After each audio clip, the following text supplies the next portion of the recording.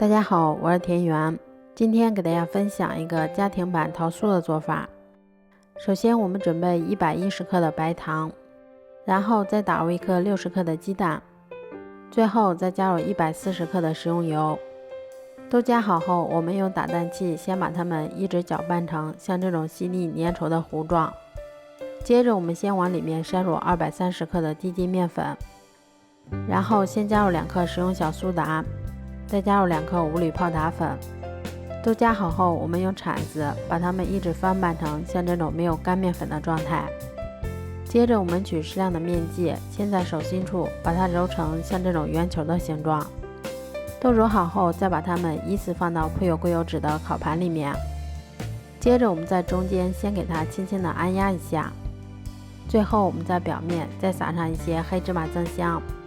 接着我们再把它放到烤箱里面，烤箱中层上下火170度，烤20分钟左右就可以啦。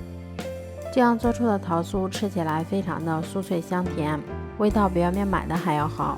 如果喜欢的话就试试吧，喜欢我的视频就关注我吧，谢谢您的支持。